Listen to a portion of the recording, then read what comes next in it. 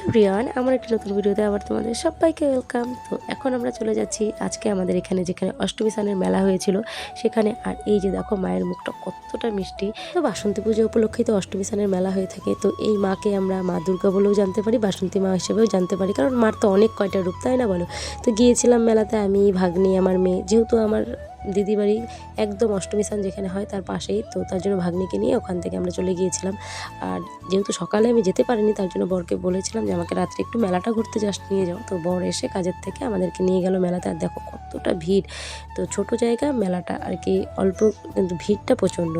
আর তারপর অনেকক্ষণ ঘোরাঘুরি করার পর তারপর ফাইনালি দাঁড়ালাম ফুচকার দোকানে। আর বিশ্বাস করবেন এই ফুচকার দোকানে এতটা ভিড় ছিল, অনেকক্ষণ দাঁড়ানোর পর ফাইনালি হাতে পেলাম এবার ফুচকা। তো খেয়ে দিয়ে এবার চলে আসলাম ভাগ্নিকে দিদি বাড়িতে দিয়ে বাড়ির পথে। আর বাড়ির পথে আসার সময় আমাদের এখানে এই মহাশ্মশান পড়ে, আর এই শিবলিঙ্গটাকে জয় ভোলেনাথ বলে একবার নমস্কার করে যেও। তো চলো ভিডিওটা শেষ করছি, টাটা।